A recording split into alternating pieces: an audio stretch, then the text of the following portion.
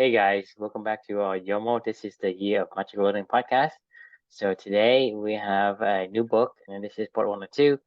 And the book is The Five Invitations: Discovering What Death Can Teach Us About Living Fully by Frank. Yeah, so this is an interesting book, very very interesting book. I don't even know where I found it. Sometimes books just find you, right? But this book's about, like the title says, the five invitations, discovering what death can teach us about living fully. It's This guy was the co-founder of this place in San Francisco called the Zen Hospice Care, and this book is like his lessons, a memoir of his career as a caregiver to dying people and what he observed through being by the bedside of like 1,000 people that are literally taking their last breaths and on their last couple of days of life, and you know how they were processing things and how it informed his lessons on life, to maybe take that and understanding of it, apply it to have a more meaningful life, right? For people that are maybe not in that situation, just what we learn from people that are dying. It's a really hard book to process because it's a very intense book, right? Death is intense. But for me, this book was a lot to process. And I remember it distinctly. It was a tough book to get through, but at the same time, it was a rewarding book to get through and a book that I'm glad that I read. And I'm glad that we can talk about it a little bit today. So the first reflection that came from this was the reflection title says, you're trying too hard. I started this reflection off talking about books about death and suffering. Man, they've been the hardest for me to consume on this journey. I'm sure for anybody, but the topic of conversation is not fun no matter what. Nobody really wants to read a book about death. I don't think anybody is like excited to read a book about death, right? You'd be a little bit of a weirdo, I think, if that was the case.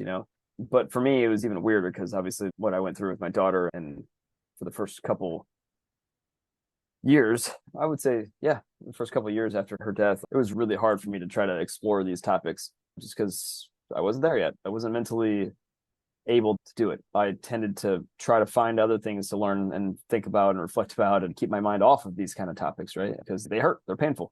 And we don't tend to run at pain a lot of times. However, eventually Amelia and I were able to channel strength together and started to read these first couple books. I remember the first one we did was option B. Finally did. It took me 4 months after I read the first 10 pages of that one to pick it back up and to finally finish it. I'm glad I did, but it was tough. And then we've had other books along the way, like Tuesdays with Morrie, A Man's Search for Meaning, A Year of Magical Thinking, When Breath Becomes Air, The Gulag Archipelago, and now The Five Invitations. And I'm sure there's been other ones along the way. But it's slowly but surely got a little bit easier for me with each one of these books, but it's never easy. Like, it really just isn't. I don't know how to describe. Have you ever read a book like kind of similar to this, or tried to put yourself in that state of mind by any chance? Well, maybe my I book. mean, read The Man's Search for Meaning. The thing is, some of it you're gonna have to come across, one way or another, whether it's Yeah. through books or some Real life. personal connection with somebody, because death is one of those things where it comes for everybody.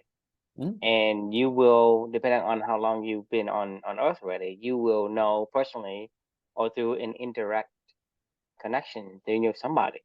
And that is something that, and I don't think it gets any easier. It's just that you are more prepared in a way.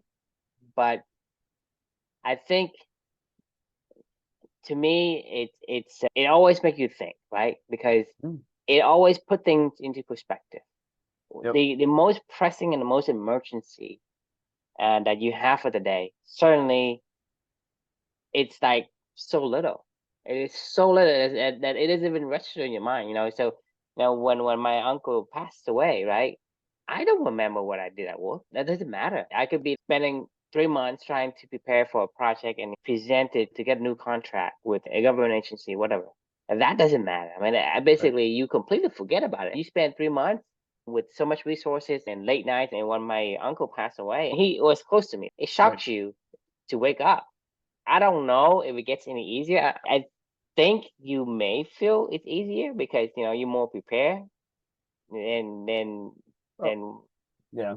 just having to say, well, it's easy because I've seen so many. I think it definitely does get, I don't know if easier is the right word. It definitely gets less scary, right? The more Right. you embrace it. The amount of processing and the amount of emotion that evokes when you're there, it's just as pungent and deep as Right. before. It's just that you're not as scared in terms of, okay, I have no idea what to do, and I'm completely, Right. like I say, it's not the word easy. That I wouldn't say it's easy. No, I'm just saying maybe you have more preparations and then you understand a little bit better, and then it seems like you can handle it. Yeah. More capable than before. Right. Each one gets a little bit less hard. I don't know if easy is the right word, but a little bit less hard. By the way, I don't know if I mentioned what his 5 invitations are, but it's these are the lessons that he learned from his patients. Was number 1 was don't wait. Number 2, welcome everything and push away nothing. Number 3, bring your whole self to the experience. Number 4, find a place to rest in the middle of things. And number 5 is cultivate the don't know mind.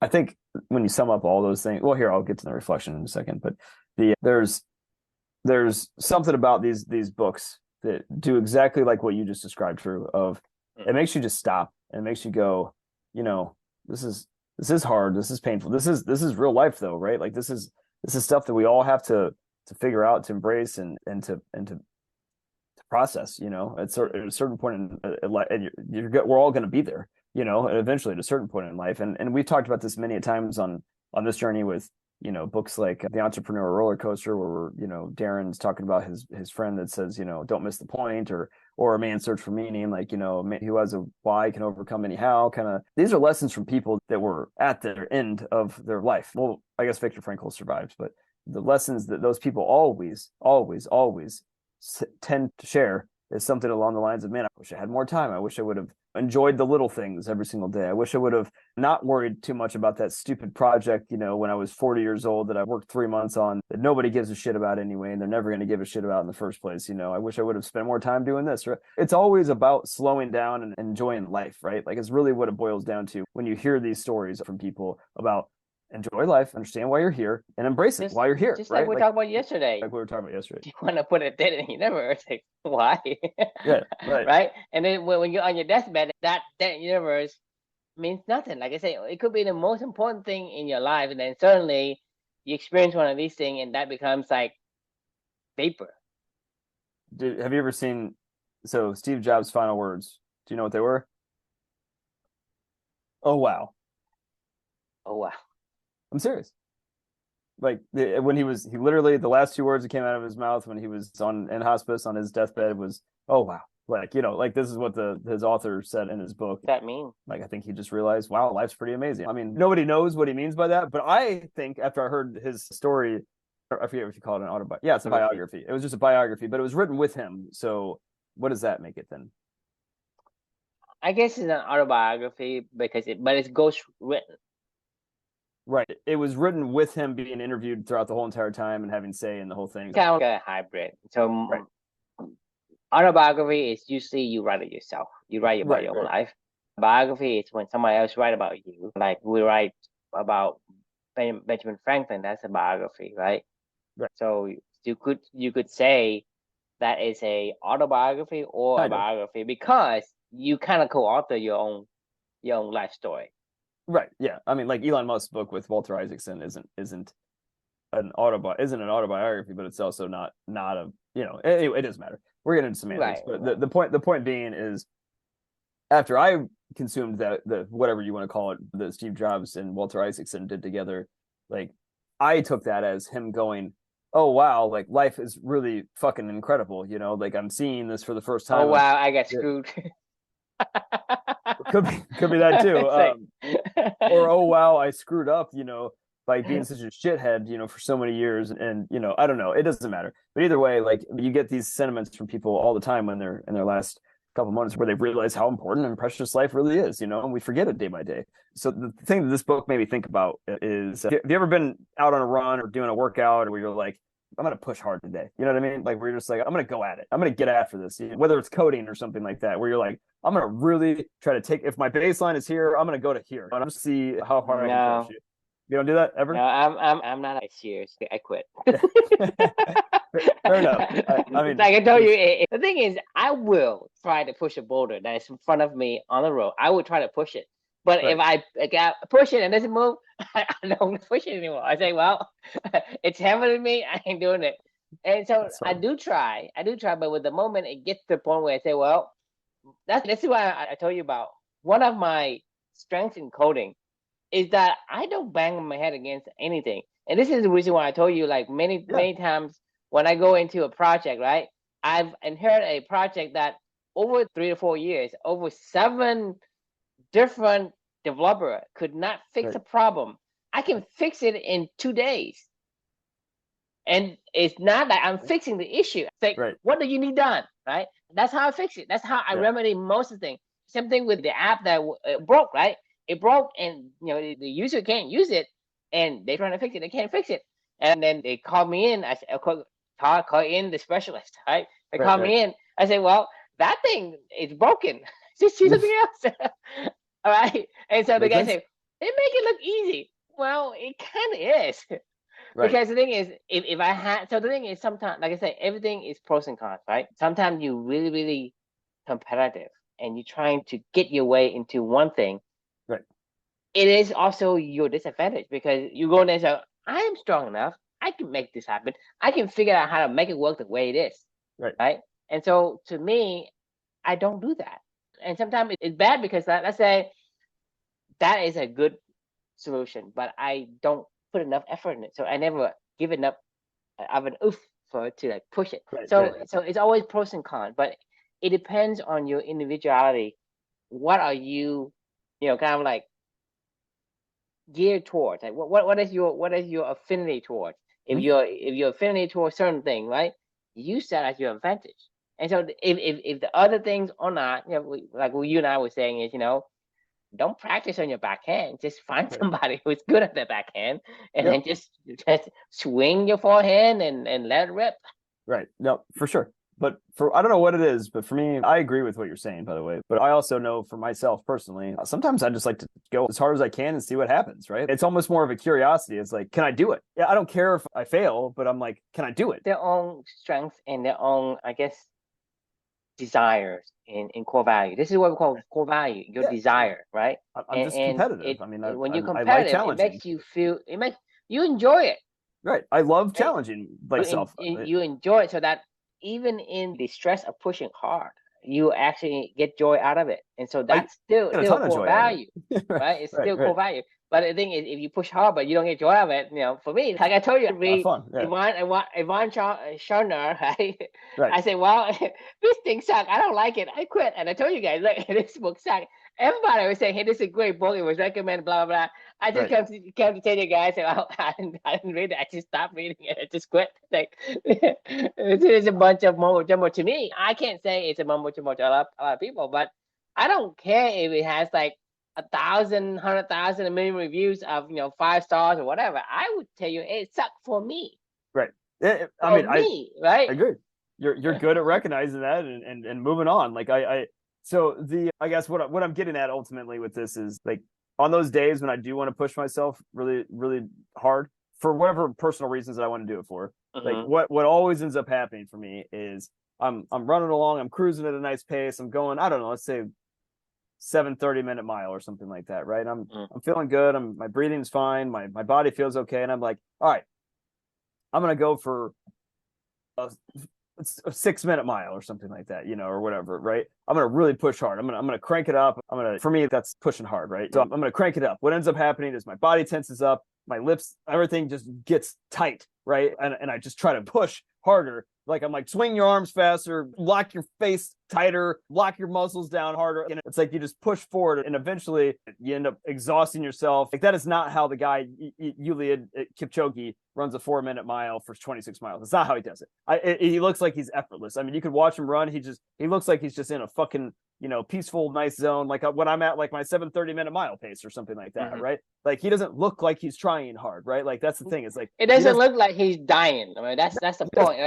Like I said yesterday, is you try not to kill yourself. You be a centenarian. Yeah, no, right? You're right. Just don't kill yourself. And so when you do something like you said, when you're doing a 4-minute mile, like you're not supposed to be dying. If you're dying, you're not gonna make it. It's got to fit within the flow of life, right? So one of those things where whenever I do push myself, like it's like I do the exact opposite of what I should do, right? Like I think of this on a tennis court. Whenever I'm trying to hit the ball really, really, really hard, I can hit the ball really hard, But then sometimes I'm like, I'm going to hit the ball really hard. And when I do that, the shot is, my body mechanics are all off. Like I tense up, the wrong muscles. Like I don't come through all the way. I don't get full lever extension with my arm because it's not like loose enough. And I try to use just all arm and wrist and, and whatever. It doesn't look right. It doesn't feel right. Everything hurts. And most of the time I miss the shot, right? Whereas when I think, don't try to hit it hard, just hit a nice clean shot with full body extension and a nice, like fluid motion or whatever. And all of a sudden, ball just comes flying off a racket and it's like, oh wow, that was a great shot. My point being is like oftentimes when you're trying too hard, it's the exact opposite of what's going on. Yeah, when you're trying too hard, it's the less optimal. It doesn't optimal. Work. It's like 999 out of 1,000, you're gonna miss a shot, or you're not gonna hit the right shot. And so so if you're trying really hard, you are probably very substandard. Whatever result you have is very substandard. So why put extra effort and get less results? That's just common sense. Logically, it doesn't make sense to say, I'm going to put in extra effort to trying to, really, really grind my teeth and trying to hit that or try to run. But then I get less result, then I don't even try. If you think about it, right? Oh, yeah. It's like you are your own, I guess, obstacle. No, you really are. That's the thing. So where this reflection is going is I'm reading this book and we're on reflection 320, right? Mm-hmm. And you got to put yourself in the mindset of where I'm at in this YOML journey. So I was going for 365. I've talked to you about this now multiple times over this past few weeks of these reflections. And I was feeling the burn, right? Like this was becoming not enjoyable anymore. I was really focused on the finish line, of 365. Everything was getting harder and harder. I was pushing harder and harder. I found myself digging deeper for lessons. I found myself looking for the next book going, does this align to the vision of what the purpose of this whole entire journey? Like, what the fuck does that even mean? Is it short enough? Can I get it done fast enough and be able to still make sure that I have enough time to write and keep up with production in order to maintain a pace where I was like, well, if I keep doing it at this pace, I can get it done by 3 months down the road. I was doing mental math in my head almost every day of like, okay, I need to have it. If I keep up this same pace and this same production and this same whatever, and maybe if I do 1 or 2 reflections on every one of these, whatever, right? Like off each one of these books, like I can get to whatever. Point being is like, it started to get not fun. I'm not saying I was never like, I still loved every minute of YOML, but like I was turning something that was immensely joyful. And, the point of it was to spend time with my daughter and to spend time in reflection and thought and learn something new every day and express my values and get into that flow state where I can enjoy life with her. Because that was what this whole fucking thing has always been about, right? That is how YOML started. That is how Clubney started. That is how me and you met. That is how what I do every single day, when I'm doing every single day is how I do it these days. That is my through line. That is the reason. That is me enjoying the moment is spending time with Amelia, and trying to, not miss the point, right? I was missing the point. I was looking at the clock going, oh, I'm at 320. I got 45 more. I just push harder, keep going, go for the goal, keep going. And like, then when you do that, everything just becomes not right. It doesn't feel right. Life becomes less enjoyable, and then, you read books like this and hit it at the right time. And you're hearing about people dying and what their final thoughts are of like, you're not, don't miss the point. And it's like, he said something in this book, which is why the reflection title is, he was like, you're trying too hard, like what a lot of these people said in the course of their life. They're like, I don't know why I was doing this, but life isn't that hard, it's just enjoy it. Like, enjoy it. Life's supposed to be easy. It is. It's supposed to be. It's supposed to be like you just make it hard. Yeah, exactly. we make it hard. I made this journey hard. At one point in time during this journey, I made it really hard. And it was, I talked to you about it almost every night. You heard me for, I would get on here and I'd be like, oh my God, I'm almost there. And you're like, what are you talking about? You're like, just like chill the fuck out. Like, it doesn't matter if it takes you until May or if it takes you until, it doesn't matter, and it doesn't matter, like, is the point, right? Like, don't write when you don't have a reflection. Like, don't worry about it. Like, just read books, learn, spend time with your daughter, have a good time, come and talk about it when you have something you want to talk about, and that's fine. But there doesn't need to be added stress into this whole entire thing. And, for me, this was a great reminder of why I am doing this in the first place and what life is all about anyway, in general. And really, don't miss the point. You only get one of these things, right? And it's like, if you're lucky, you learn these things and you keep yourself in check. And it's so easy to drift, though. Like, we have like you remember that one? Have we talked about that one yet? Like the humans, the madness gene. I think that's actually coming up in a few reflections. There's a theory of like humans have this madness gene where like we always need something new to conquer and explore. Like, it's like, why not just be happy with what you have, But the thing is, this is a catch-22. Not catch-22, but the thing is, like I say, everything is a pros and cons, right? Because like a rock is hard, right?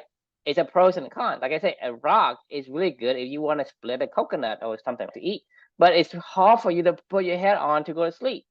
So same thing with what I said to you earlier. Is like my thing is I don't push hard for anything because that's my personality, that's my character. When I go I would try to push the boulders in front of me, but if I can't push it, I say, well, I'm going to try other options. There are some people who are really good at what they do, and they will push through, and they will like burrow tunnels and whatnot, and that's grand. But that's not me. You don't come to me and ask me to burrow tunnels into the mountain. I'm not that person. So that's what I'm saying is everything we have is never, ever absolute good or bad. It is always pros and cons depending on the context of it, the externality of whatever it is you put the perspective on. So whatever that we do today, right? It's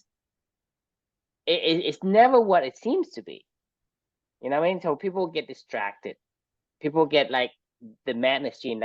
Like I say, what I'm trying to get at is the human brain, the human nature. We desire for exploration, for learning. That is what we inherently need to have, and that is natural for us. But the bad side to that, the flip side to that, is because you want exploration, that could comes in as the madness gene. Say, I need to do certain thing, blah, blah, blah, right? You just turn that into something bad, right? Like in the medieval age, right? You can have a sword, right? And today you can have a gun, right? Give a gun to a trained law enforcement, right? It's order. You give a gun to a kid, to a child, what happened to it? So do you blame the gun? You blame the sword? Because what happened if you don't have the gun? What happened if you don't have the sword? Because the thing is, you think about like 9/11, for example. If you don't have the gun, more of these going to happen. So you can't say, well, you have to get rid of the gun, blah, blah, blah. No, it's about the context of it. And you're missing the point in saying, okay, this is bad and that's good. So what perspective are you looking at? So that's what I'm saying is human, in everything in the universe, there's always pros and cons. There's always two sides to a coin. Right? That means that there is also the dark side of the knowledge. Desire to want more. Yes, the desire to want more comes from the ability for us to, hey, I need to move. I need to keep up with the universe. That is the change that we need. But then that on the dark side becomes this madness gene where you go overboard and you went in the wrong direction and you use it the wrong way. It wasn't designed like that. Exactly. That's exactly the you're trying too hard mentality. It's like, look, you have a desire to want to go to explore, but remember you're exploring for exploring's sake. You're not exploring for some arbitrary, stupid goal, right? Like, it's you're not exploring to put a dent in the universe. You're not exploring to put a dent in the universe. You are exploring to explore. You are moving with the universe, right? The universe is changing and evolving. I need to be changing and evolving with it. I need to learn. I need to explore. Think about a river, right? With a river, it is intention is to move. It doesn't say, well, I need to get to that fucking ocean over there. Right. The river says, I need to move. So the movement is what they want. It's not, I need to go to the ocean, right? But you think about the whole perspective from a 30,000 foot view, right? You say, well, this water molecule is trying to get to the ocean, so that must be the goal, and so that's what they focus on. But the thing is, they don't care where it ends up. No, it doesn't really care where it ends up. It just want to move. It just want to move. To me, in the universe, like the universe is built on chaos, right? They talk about entropy, so everything is going to become chaotic, and so you have to be in this constant changing because you are treading water, so you have to move along with it to even maintain the stability. But you got to remember the goal is to move, not the goal. The goal is not to get to the ocean. It isn't a destination. That's the perfect analogy that I can give for how I was feeling. The goal was to spend time with my daughter in alignment with the universe and doing things that we like to do that are naturally occurring things that matter for humanity, to live a full life as a human, right? And when I get to do those things, I get to experience joy. And when I find that flow state and joy is when I feel like I'm honoring my daughter's life and what she taught me, right? And like, that's the thing. It doesn't feel like I'm honoring her life when I'm pushing for a goal. But you're pushing a goal, and it's Right. not even a goal that She doesn't anyone give a put a gun fuck. to your head Like, and say, well, okay, she just wants to this spend is time what with you. her dad. For me, you're not even like making this for me because I told you I don't want it. Right? Right. Yeah. Stop, Chris. Right. And Right. like for you, it's like, well, it's your own fucking. I mean, yeah. Yeah, I mean, it's an arbitrary, stupid goal. I mean, what it is, but actually, no, that's actually not true. It wasn't an arbitrary, stupid goal. You know what it was? It was an arbitrary, real goal. Like, and I had a real goal that was completely arbitrary. If it was stupid, I would have just said, "Oh, this is stupid." Like, my goal of trying to be the best, go in line with the universe, as a human, of what we're supposed to do as a human, is a stupid goal. What does that even mean? I don't know. I mean, it sounds right, so I'm going to do that. But there's no defined end path or whatever. It's just a way to navigate life almost. If you're on the river, the arbitrary goal of the river is just keep moving. I don't know where we're going, but let's just keep moving, right? An arbitrary real goal would be we need to get to the ocean. And you might end up being a tiny little trickle that makes it to the ocean or something like that. When you're like, well, everybody else is the power, all the power of the movement is gone because, we lost all the water on the way because I was so hell bent on getting to the ocean. And like, there's no water actually. And the chances, me, the chances of you getting to the ocean at a certain place, it is so with all your low. resources. It's so low, right? That you're not gonna, and so you're gonna be disappointed anyway. Right. But the thing is, whether you're here or whether you're there, right? What's the difference? What's the point? As long as you enjoy like I said, people say, the saying say the home is where the heart is. Right. So let's say you and I were in this Covenant tribe, right? Where should we make it? Where should we headquarters? Is it in Houston? Is it in San Francisco? Is it in New York? Where is it? Does it matter? No. You see what I'm saying? Does it matter? So the thing is, the destination, the location of this headquarters does not matter. It matters what you and I do every day, right? It's not something. It's important to you and to me as a human person. I'm going through this right now with my team, with Club Any Light program. I know what we're doing every single day. I know where we're moving, and I know what they're doing, and I know what they care about, and I know what I care about. And we talk, we discuss this stuff. We're moving at the pace that we can move at, that's sustainable, that's balanced, that's also taking their full humanity into equation. And tonight, I had a meeting with my boss and my boss's boss, where we're going through all these amazing things that the team has accomplished thus far, which if you look back from a year ago to where we are today, it's almost unfathomable how far we've come up this mountain we've been climbing, but going at a steady, moderate pace of making changes as we go, right? Just doing it for the right reasons and helping each other out through the process. And, for the most part, doing it stress-free, not trying too hard. I was presenting one of the tools that we've put into place along the way that makes people go a little bit faster, but at the same time under controlled to do what we want to do, is up for renewal. And it's an expensive tool and it's definitely done its job. But my boss's boss is the one that has to approve the renewal. We were going through the business case of it together, put together a bunch of stuff that we needed to put together. I was going through it all and showing her all these new things that we're doing and tracking and changes and whatever. And she was like, well, this is great, but like, how do we know that it's getting where we want it to go? That we're heading to the ocean, and how fast are we headed? Basically, like, how fast are we heading to the ocean? How do you manage this stuff? How do you track this stuff and make sure and understand why that person's better than that person and what they're doing? And I was like, well, I kind of have this data all over the place, and I knew you were going to ask this question. I'm not there yet, but we're trying to get there. Immediately, I felt this rush of almost like, not anxiety, but like, yeah, I guess call it anxiety, like, or panic, where it's like, shit. Now I got to go figure out how to track these things, get more data on it, and connect it all together. It's remorse. I don't care about these things. I don't care. I get stuck into doing things I don't like.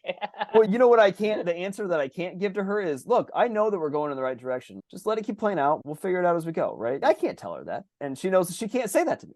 Like, you can't, nobody can. This is the same thing I'm saying is, expect a fish to climb a tree. And you say, well, it can't climb a tree because, it's not as good as a monkey, and you get rid of it. Right. But I mean, to me, that's what business are. And businesses today, especially managers and the people up there who doesn't do anything directly, brings value because all they do is delegate, right? Delegation all they're doing is reviewing numbers of what people did or didn't do. Like, who cares? What I'm saying is, these people are so narrow-minded in their ways that they can't see shit. because they are not in the trenches, so they don't see it, and they do fall up there and they completely blindsided by, all these distractions. And you're asking for, okay, how do we know where we're going? I say, where are we going, right? Where are we going, and how do we track some of these things? The thing is, there is so many variables in these things that, well, tell me, how do you answer yours? And then I'll tell you how I can answer mine. Because the thing is, of all the things that you're tracking, how are you tracking yours? So don't ask me to track it. It's not my job. It's your job, right? Your job as a manager is to show me how you track things, right? If you can track things, I'll track it just the way that you do it, right? So that's the thing is, a lot of managers do as I say, not as I do. Right. The thing that you proved for and that you have personally bring in, right? How did you track it, right? Can you become a model that I can model after? Yes. Ironically, this particular person, her number one skill set is tracking, connecting numbers, doing a lot of work to make that happen. But you know what she doesn't do? And I don't mean this in a negative way. She does not manage to humanity in any way, shape, or form. She manages the numbers all day. My point is that the thing is, in life, it's not black or white. You can't say, this is that, because you're talking about you're asking a fish to climb a tree, and you are grading the fish based on its ability to climb a tree because you set some arbitrary metric, right? That's just tracking. Let's track something. Okay. Yeah. How do you track it? So you say, well, the monkey, the duck, the fish, the little sloth or whatever. Okay, you guys are gonna race. You're gonna race to the top of the tree, right? Whoever gets there, whoever gets there in the last time, that's tracking, that's metrics. But that metric in that scenario that I described to you, right? It is ridiculous, don't you think? Because you can't expect a fish to climb a tree. You can't expect a duck to climb a tree, right? So the thing is, in that analogy, it is so relevant to humanity, because humanity, think about you and me. Between me and you, we have a lot of things that are completely opposite. So in order for you to say, well, this tool or whatever, it's going to create this metric. So somebody's going to fall off, but that doesn't mean that I'm this useless person if I can't do the task that you measure me on. Well, so I have a little bit of not a conflicting thought, but more of I don't totally know where this all fits into the equation, right? Like, if somebody's really good at tennis, does measuring and monitoring get you anywhere? Or does it just watch them perform and say, oh, we'll just figure out how to get better together as we both watch them perform, and we'll go, okay, what do you think you would like to get better at? Exactly what you're saying is, so the thing is, the way that people track in business, it's not about let them perform among all the variable and all the dynamics. Right. Let's track how hard they hit the ball, right? Right. Let's track everything. They only track a few metrics. Right. How hard they hit the ball, right? Or how fast they run to the ball. Let's track two of those things, right? Sure. So you think about those two metrics, and let's say you rank them. Hey, this guy hits really hard, right? And this guy runs so fast to the ball, right? That's good. That it should help him become a great tennis player. Do you think the guy ranked first is going to win a tournament? No, unlikely, because there's so many variables in play, right? But that's what businesses are doing. The businesses are tracking using a few minor variables, and these variables are usually vanity metrics. They're not directly impacting the end result, right? Because there are so many variables. Like you say, well, if I hit hard, doesn't mean I hit it to the right point. I'm going to hit hard, but I'm going to hit it outside the fucking. You know what I mean? I can hit it really hard, but I hit it outside the line. It's unacceptable to give the answer of you can't. They're just good. They're just better, or they just like it. It's unacceptable to say, why is Eddie Van Halen a better guitarist than True Nguyen? I don't know. But the thing is, I don't want to know the answer. You can't measure for fun logically. You can't measure that, because the thing is, it's subjective. Well, so this is my point of what I'm getting at, is why are we even measuring this? Just let them do what they do, and they're either going to become Eddie Van Halen or they're going to become there's a metric that matters. One of the metrics that matters is, are they bringing in money? Well, in the business world, yes, right. Right? In this scenario, it's not the metric of, okay, how many calls did they make? right? Right? I said I can make a lot of calls, but I can't close shit. That doesn't mean I'm making any money, right? Or, Right. or the metric is how many thank you did they say? Okay, how many follow-up did they do? Right? Some of these things do impact the end result, but it's not the only thing.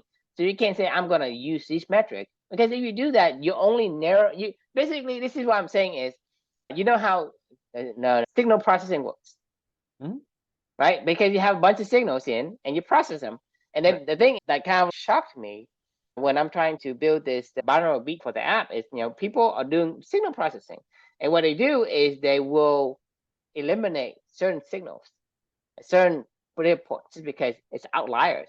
Right. And to me, it makes no sense. What do you mean outliers? How do you determine what's outliers? Right. How do you determine it's outliers? Right? That doesn't fit. So that's what I'm saying. Is when you're either going to like completely miss the signals, right, or you overfit, right? You overfit to the point where you line up everywhere. This is like highlighting everything in the book. It's called overfitting, because you do everything, right? That's the model. And so when you do that in the business world, you will go into one of those things. So you will completely miss the point. So that's what I'm saying is you are wasting time and getting less results. This is exactly what you're saying. When you are doing too hard, right? You're putting extra effort and getting subpar result, and you're not trying at all. And so, yes, in the business world, you can't really say, let them do the thing and whatever. See what happens, right? They don't understand what that is. They want some vanity metric. But in real world, from the perspective of company, you and I, it is silly. It's really dumb, because then it goes back to what's the point anyway in the first place, right? Like, if you're not doing look, the people that are going to get good results are the people that the question that was posed to me is, why is this person better than this person? And I go, why are you better at tennis than me? That's what I said. Like, if you want me to try to figure out why Novak Djokovic is better than Chris Sears at tennis, I don't know. Like, I don't think anyone does. I don't think anyone does. This is my point. This is the question that was asked of me specifically, of like, how do you know that? Why does this person have success and this person doesn't? What are they doing? How can I track monitor? We are still researching that. It's called the Human Genome Project. Well, but like, so this is the whole point of this reflection is about, you're trying too hard. Like, am I a good writer? I don't know. I really don't care. I don't even know what you call this thing. I mean, you think about, hey, what's a good singer, right? You name one, and then you ask somebody else. What's your favorite? It's somebody else. It's totally subjective. I mean, like, when you look at somebody, okay, is this person beautiful? And then you ask somebody else, who you think is beautiful? It's completely different. So you can't measure. That's my point. You cannot measure. Now, if you say Kim Kardashian is beautiful, let's just say Kim Kardashian is somebody you say is beautiful, right? And then you go, well, what are the elements that go into making Kim Kardashian beautiful? Well, I don't know. It's her skin tone. It's her big. Well, a lot of people have skin tone. it's her tiny waist to hip ratio. It's her I don't know. You could give whatever scientific measurements you want to give, and you're like, but then you go tell other women, well, this is if you want to be beautiful, this is what you got to look like. So then they can go get completely augmented if you want to, and then you look at them, you're like, you look hideous. And you're like, what do you mean I look hideous? I just did exactly what you told me the most beautiful woman that you've seen ever it looks like, it mirrored all of her dimensions, her looks, her everything, So what's the difference? I don't know. You look like a clown, and they're like, what do you mean I look like a clown? It's impossible to figure out what goes into somebody creating art or not, it's impossible. And I don't even know that it's even worth trying. Because then you're trying to. My point, it is not worth trying because it's not possible. Right. To measure something in a dynamic world like we live in. So you are just wasting time. You're wasting time and effort. You want to be not a waste of time is if I'm looking at this from my boss's boss perspective, and you're right, money comes into play to this whole situation. What would I rather the answer be then? And I would go, okay, well, here's what I would rather the answer be. Well, is this person an artist? I don't think they are. Well, then get them the fuck out of here. Like, if they can't create art, then what are they doing here? Get them out of here. Have you given them enough time to try to see if they're a good artist or not?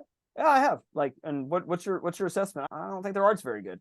All right, well, then they're gone. You bring to a group of people, hey, I bring you this tool. It's called a sword, right? and you give each one of them a sword. Someone's gonna be good, and someone's gonna suck, and someone's gonna cut their own throat, right? So you think about, hey, it's a fucking tool. You can't say, well, what make them good? Well, I don't know. It's not the tool. It's them. It's them with the tool, right? Like, I mean, it's not about should I get the tool or should I not. It's like, who should I get the tool to? Right. So exactly. that's the right question. It's not about should I get this tool. You bring a bunch of people together. This is my village, and I bring you this tool. It's called a sword. Everybody gets one, and you think about it. In that scenario, in analogy to what she wants, right? How do you track something? Well, is this tool good for us, right? Because what happened? You don't have the sword. Back in the medieval age, what happened? You don't have sword. Well, yeah, I mean, it was definitely valuable for the people that it was valuable for, and it was definitely not valuable for the people that it was definitely not valuable for. Is the answer, right? Like, I don't know. Right. Like, the signal processing is like, okay, there are something that's outlier, but it's not really what you think. It is about, okay, it's not about whether you have the sword or not have the sword. That's not the question. The question is who should have the sword and who should not have the sword. It's a completely different directive of a question, because you think of from one direction, right? You're asking the question in one direction. The reality is completely in a different plane. It's not even the same plane of a question that you're asking. It's not the same line of thought that you think. The reality is that it's complete something. That's why when you see the signals and you say, well, that doesn't fit into what I think as my line of thinking, right? And you eliminate the signals, I mean, either way, you're going to be wrong when you eliminate a signal. That's why I don't understand when a lot of engineers and a lot of scientists, they eliminate outliers. Well, I mean, because they're obsessed with consistency and predictability, right? You know, but like I don't know. I mean, I think we're definitely hitting on something that's important, but at the same time, I think we're even a little off pace, like from where I was hoping this would go, which is okay. I mean, these never go exactly the way they're supposed to. But there's so many things to talk about, because the moment you pick one thread, it's gonna, but there's many threads along this reflection that we can continue to talk, but it's gonna take us like day or night. So the reason why I'm thinking this is so important is I think it doesn't matter. Like, the end outcomes that you seek when you push harder doesn't matter. So just do it the way that you feel that you could do it for the right reasons you want to do it. And most of the time, actually, that'll actually get you way further, is the point, right? It's just, life is just way too fucking short to take it too damn seriously. Like, it's just like... Yeah, so, why are people afraid of death? What's the reason? I mean, that's what I'm saying. Is it's scary. It's unknown. The line of thought. You're out of time. The line of thought that we are thinking, that's the reality. It's completely in different plane, right? So the thing that you say is not that we're scared of pain or missing someone or whatever. It is the fear of not having enough time, and that, even in that statement, is only secondary. That's not the real reason. The real reason, I think, is because you did not get to do what you wanted to do. You wasted your time. Exactly. Yeah. So that's what I'm saying, is people are getting to the reality when they are near death. They say, well, I didn't get to do, and I don't have more time. So that's what scares them. It's not the pain. It's not any other things that people think about in terms of death. It's like when you're late for something, when you're late for school. Right? Let's say you're late for school and you run and you scramble. The anxiety of being late, for example, for whatever reason, that just gets you fearful. You know what I mean? You're late for a train, get you fearful. You're late for a bus, get you fearful, right? You have that anxiety in you. It's something in your stomach. It's just, grinding in your stomach. Right? It sucks. Right. But the thing is, the reality of, let's say you miss a train. What happens when you miss a train? Nothing. I mean, something else happens. Exactly, nothing. You don't even know. Okay, right? Or something else happens, and it could be good. I mean, it could be bad. Another example, you see a lot of these young girls, young boys, or whatever, and they drive down the freeway, right? And they hit this thing. When they exit, they hit the little corner, right? Mm-hmm. Why are they hitting the corners? Most of the time, they say, "Oh shit, I missed the exit." Oh shit. That's right. Because that's a fear but the thing is, you think about what happened if they miss the exit and they don't do anything about it. Let's go to the next exit. Well, next exit, turn around. Right. There's nothing happens to you. Right. Right? When you miss the exit because you prepare for it. But the moment that you panic, it's because you become worse. This is what I'm saying is when people are dying, it's not because of anything that we can think of directly. It is the thing that, hey, I didn't get to do what I want to do, and I have no time left. It's brutal. I mean, it's a situation that I never if there's one thing that I could ever do in this life that I would feel proud to share with Amelia whenever I get a chance to see her again is just let her know I didn't waste that time, right? Irony of all ironies, talk about wasting time. Somebody just sent me 8 Slack messages in a row in the past 5 minutes while you were talking, and it's distracting. I'm wasting my time by even giving 2 seconds. Isn't it 9:30? It's 9:30, and there's number 9 just popped up. The talk about the total waste of my fucking time. Like, it literally diverts my attention, and it's like, what the fuck? What could possibly be so important? I saw it on my phone. Who's slacking me? I don't know what it's about, but I'm almost fairly confident that it's probably the biggest waste of my life. It doesn't matter. Even if the company is closing, it doesn't matter, because you think about it. At the end of the day, I don't care if you are making a dent in the universe and you have pancreatic cancer. You can say, oh, wow, I messed up. The thing is, this is the reason why you and I are on here. It's because I don't think that I'm on here, and I don't think that you're going to be on here if you did not experience the atomic bomb that you had. And I don't have this brick wall that I hit, right, that I had, because I would not have seen. Because I told you, I keep thinking about how can I tell my younger self how to change his life. I still haven't figured out how to do that. Well, I don't think you'll probably be working on it for the rest of your life, which is fine. But as long as you're adapting and, like you said, moving with water as it's going down the river versus just standing there in the stream and just, you cannot stand, just like standing on a treadmill. It's going to push you back, and you're going to hit your face on the floor. Right. You're going to hit your face on the floor if you stand there. It's not like, hey, I stand there and nothing happens. No, that's not how the universe works. The universe is constantly changing, and you want to keep treading water, treading a universe. You have to keep changing with it, adapting to it.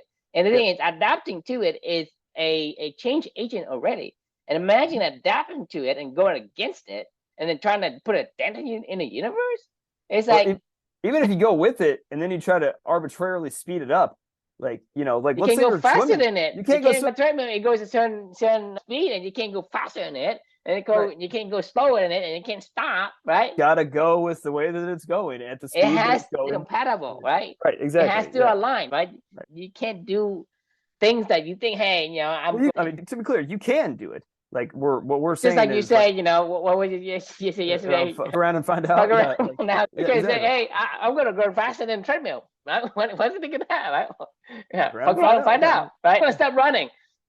Right. Yeah. I mean, or try hard. Try to run sideways. Try to run sideways. Try to hit a ball, way too hard over the top of your head to do whatever. I mean, it's you're trying to fuck around and find out.